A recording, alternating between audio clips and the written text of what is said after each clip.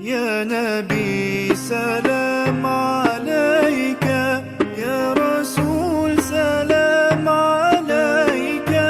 يا بسم اللہ الرحمن الرحیم۔ السلام علیکم ورحمۃ اللہ وبرکاتہ۔ آج کی نشست میں انشاءاللہ العزیز 21ویں پارے کی تلخیص ذکر کی جائے گی۔ 21ویں پارے کی شروع میں اللہ رب العالمین نے قیام نماز اور تلاوت قرآن پاک کا حکم فرمایا ہے۔ قرآن پاک کی تلاوت ہم جو مسلمان کرتے ہیں یہ اللہ رب العالمین کا حکم ہے۔ قرآن پاک کے معانی و مفاہیم چاہے نہ سمجھ آ رہے ہوں تو خالی عبارت کی تلاوت کرنا ہی ثواب ہے۔ اس کے بعد نماز کا قیام کا حکم فرمایا گیا اور ساتھ ساتھ یہ بھی ذکر کیا گیا کہ یہ من جملہ فوائد میں سے ایک اس کا فائدہ یہ ہے کہ یہ برائی سے روکتی ہے۔ اس کے بعد آیت نمبر 48 میں یہ ارشاد فرمایا گیا کہ مصطفیٰ کریم صلی اللہ تعالی علیہ وسلم نزول قرآن سے پہلے نہ کوئی کتاب پڑھتے تھے نہ ہی کوئی چیز لکھتے تھے۔ اس کا مطلب یہ ہے کہ اگر آپ نزول قرآن سے پہلے کوئی چیز لکھتے یا پڑھتے تو منکر یہ اعتراض کرتے کہ یہ پرانی کتابوں کا ذخیرہ پڑھ پڑھ کے ہمیں سناتے ہیں۔ تو یہ آپ صلی اللہ علیہ وسلم کی الگ شان امتیازی ہے کہ آپ صلی اللہ علیہ وسلم رسمی طور پر آپ کسی سے نہ لکھنا سیکھے نہ ہی پڑھنا سیکھے، اس کے باوجود آپ تحریر لکھتے بھی تھے اور پڑھتے بھی تھے۔ اس کے بعد آیت نمبر 50 میں ارشاد فرمایا گیا کہ کفار آپ کی بارگاہ میں بار بار آتے ہیں اور فرمائشی طور پر کہتے ہیں کہ فلاں معجزہ دکھا دیں، فلاں معجزہ دکھا دیں۔ تو اللہ رب العالمین نے ارشاد فرمایا محبوب ان سے کہہ دیجئے کیا قرآن سے بڑا بھی معجزہ کوئی ہو سکتا ہے؟ اس کے بعد سورۃ العنکبوت کی آیت نمبر 59 میں رزق کے متعلق ارشاد فرمایا جا رہا ہے کہ رازق حقیقی اللہ ہی ہے، اور ایمان والوں کو سمجھانے کے لیے ایک مثال دی کہ جانوروں کو دیکھو کہ جانور جب ایک جگہ سے دوسری جگہ منتقل ہوتے ہیں تو اپنے ساتھ رزق کا ذخیرہ لے کے نہیں جاتے، بلکہ اللہ رب العالمین وہیں ہی ان کے رزق کا انتظام فرما دیتا ہے۔ تو اے ایمان والو، تم رزق کے متعلق پریشان نہ ہو، صرف اور صرف اسباب کی طرف توجہ دو، اسباب اختیار کرو۔ رزق کی کمی زیادتی یہ اللہ ہی کے ہاتھ میں ہے۔ اس کے بعد آیت نمبر 64 پہ فرمایا گیا کہ دنیاوی زندگی تو ایک کھیل تماشا ہے، اصل زندگی تو آخری زندگی ہے، اس کے متعلق ہمیں سوچنا چاہیے اور فکر کرنی چاہیے، اعمال کی طرف انسان کو اس دنیا میں توجہ دینی چاہیے۔ اس کے بعد سورۃ العنکبوت کی آخری آیت میں ارشاد فرمایا گیا تو اس راہ میں، تو رب کی بارگاہ میں جب رب کے راستے میں، دین کے راستے میں کسی کو مشقت ہوتی ہے، تکلیف ہوتی ہے تو رب تعالیٰ ضرور اس کا اجر عطا فرمائے گا۔ اس کے بعد سورۃ روم ہے، یہ مکی سورت ہے، اس کی 6 رکوع اور 60 آیات ہے، ترتیب مصحف کے اعتبار سے 30ویں سورت، جبکہ ترتیب نزول کے اعتبار سے 84ویں سورت ہے۔ اس کے بعد قرآن کی حقانیت جو واضح ہوتی ہے اس سورہ روم سے کہ جتنے بھی خبریں قرآن مجید میں ذکر کی گئی ہیں جو مستقبل کی تھیں وہ ساری کی ساری سچی ہوتی ہیں۔ جیسے ایک خبر یہ سورہ روم کے اندر ذکر کی گئی ہے، یہ اس وقت کی بات ہے جب ایران والے روم پر حملہ کر رہے تھے، یہ حالت جنگ میں تھے، تو ایران والے رومیوں کو شکست دے چکے تھے، غالب آ چکے تھے۔ تو اس کی خبر جیسے ہی مکہ میں پہنچی ہے تو مسلمانوں کو کفار مشرکین نے، مکہ کے کفار مشرکین نے آ کے طعنے دیے کہ تمہارے بھائی جو اہل کتاب ہیں وہ دیکھو شکست بار بار کھا رہے ہیں، اور جو غیر نبی پر یقین رکھتے تھے ہمارے بھائی ہیں وہ غالب آتے جا رہے ہیں۔ تو بار بار طعنے سننے کے بعد اللہ رب العالمین کی طرف سے یہ سورہ روم نازل ہوتی ہے اور ارشاد فرمایا جاتا ہے کہ یہ جو رومی بار بار شکست کھا رہے ہیں یہ رومی کچھ عرصے کے بعد غالب آ جائیں گے۔ اب یہ بات اس وقت کے حالات کے مطابق بہت از قیاس تھی، اور کفار مشرکین نے اس بات پہ مذاق بھی اڑایا اور مسلمانوں کے ساتھ یہاں تک کہ شرطیں بھی لگائیں۔ اب اس صورت کے نزول کے 7 سال ہی گزرے تھے، اللہ رب العالمین کا کرنا ایسا ہوا کہ رومیوں نے ایک مرتبہ ایرانیوں پہ حملہ کیا اور یہ غالب آ گئے۔ اب اس فتح کی جیسے ہی خبر مسلمانوں کو پہنچتی ہے تو اس وقت بدر کے مقام پر مصطفیٰ کریم صلی اللہ تعالی علیہ وسلم کفار و مشرکین کو شکست دے کر مسلمان اس فتح کی خوشی منا رہے تھے۔ اسی اثناء میں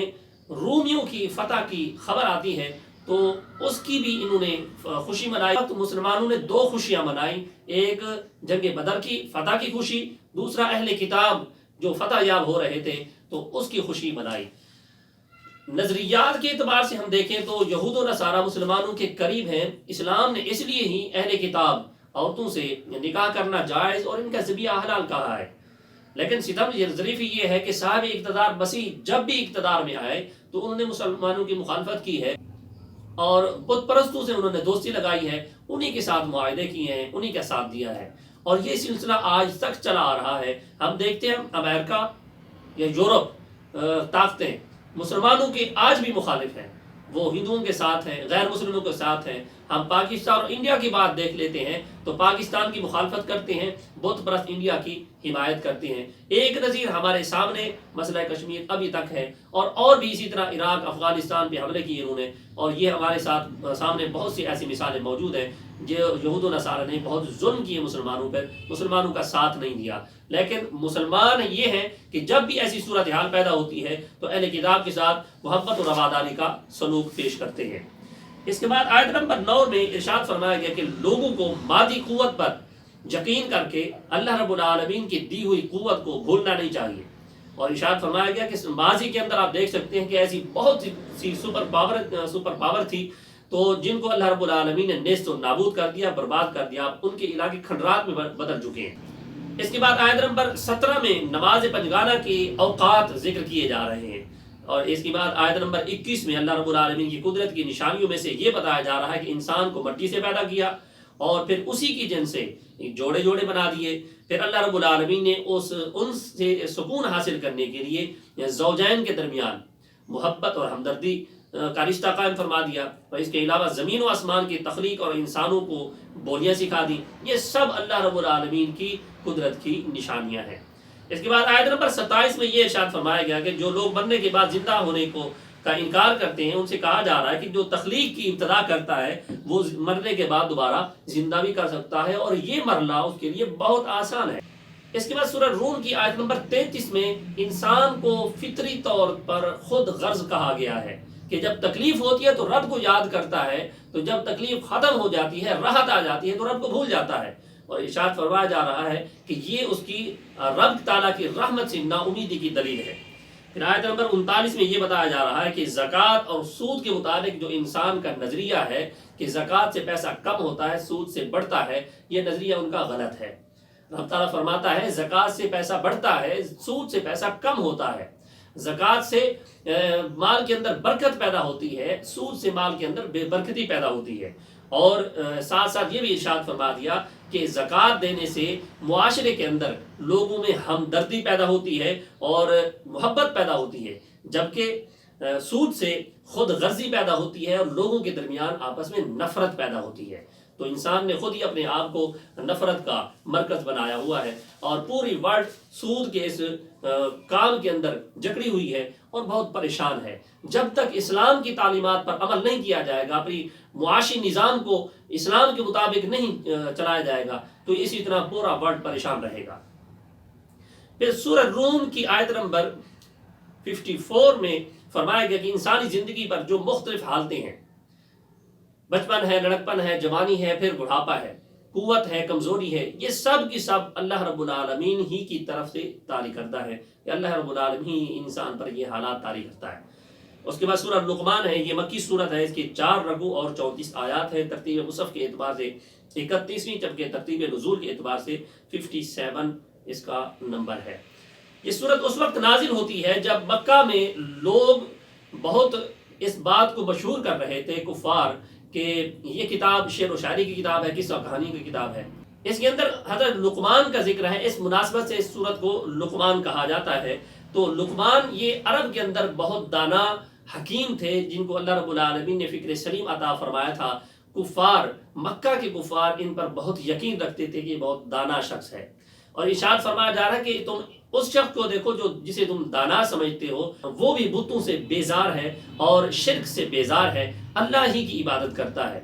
اور لوگوں کو بار بار کہتا ہے کہ بت پرستی چھوڑ دو، شرک کو چھوڑ دو، یہ تم اپنے آپ پر ظلم کرتے ہو۔ اور قرآن پاک میں بار بار ان کی نصیحتیں ذکر کی گئی ہیں جو اس نے اپنے بیٹے کو کی تھیں کہ شرک سے بیزار رہنا، شرک سے اجتناب کرنا، والدین کے ساتھ حسن سلوک کرنا۔ وہ اپنے بیٹے کو اس لیے بار بار نصیحتیں کرتا تھا کیونکہ اس کا بیٹا بھی کافر ہو چکا تھا، کافروں سے اٹھتا بیٹھتا تھا، اس کے نظریات بھی وہی ہو چکے تھے، اور ان کی بیوی بھی کافر تھی۔ ان کی مثالیں دے کر اللہ رب العالمین ارشاد فرماتا ہے جن کو تم دانا سمجھتے ہو اسی کی بات مان لو اور شرک سے بیزاری کا اعلان کرو۔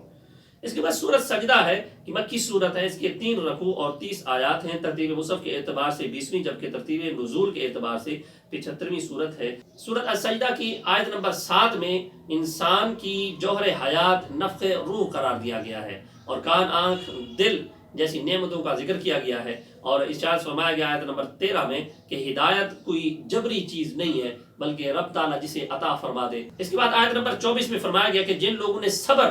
کو اپنا وطیرہ بنا لیا ہے تو رب تعالیٰ انہی لوگوں کو منصب امامت عطا فرماتا ہے۔ اس کے بعد سورۃ الاحزاب ہے، مدنی سورت ہے، اس کے 9 رکوع 73 آیات ہیں، ترتیب مصحف کے اعتبار سے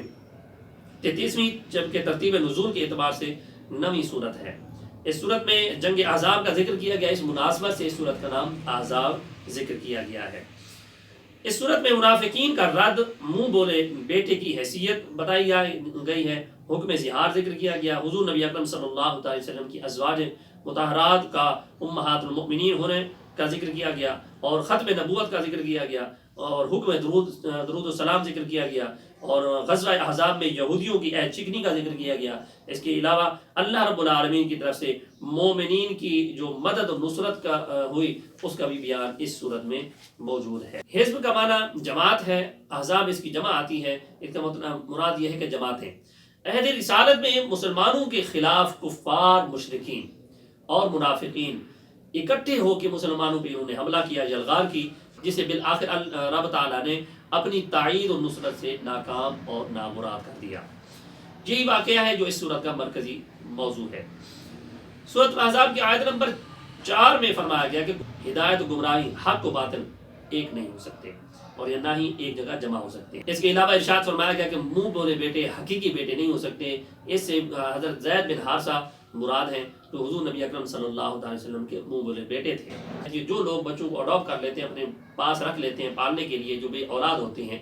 تو ان کو اپنا نام دے دیتے ہیں، اپنے اس کے اصل باپ کی طرف نسبت نہیں کرتے، جو تو یہ شریعت کے خلاف ہے۔ اس بچے کے کاغذات میں اصل باپ کی ولدیت ہی لکھنی چاہیے، اور اسے بھی پتا ہو کہ میرا والد کون ہے۔ اس کے علاوہ اگر کوئی بچہ ایسا ہے جس کے والدین کا پتہ نہیں ہے تو وہ بندے کے اسلامی بھائی ہے۔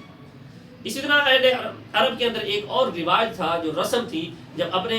بیوی کو یہ کہہ دیتے کہ تم میری ماں کی پشت کی طرح ہو، تو وہ اپنے اوپر حرام اس کو سمجھتے تھے۔ تو فرمایا گیا کہ اس طرح جملہ کہنے سے کوئی ماں نہیں بن جاتی۔ بیسیکلی اس آیت میں 3 چیزیں ذکر کی گئی ہیں، وہ 3 چیزیں یہ ہیں کہ جس طرح ایک انسان کے سینے میں 2 دل نہیں ہو سکتے، اسی طرح 2 مائیں بھی نہیں ہو سکتی، اور اسی طرح 2 قسم کے بندے کے بیٹے بھی نہیں ہو سکتے۔ اس کے بعد جنگ احزاب، جسے غزوہ خندق بھی کہا جاتا ہے، اس کا ذکر کیا جاتا ہے، اور اللہ رب العالمین کی نصرت، تائید، مدد ذکر کی گئی ہے۔ آج کی نشست میں اتنا ہی۔ اللہ کی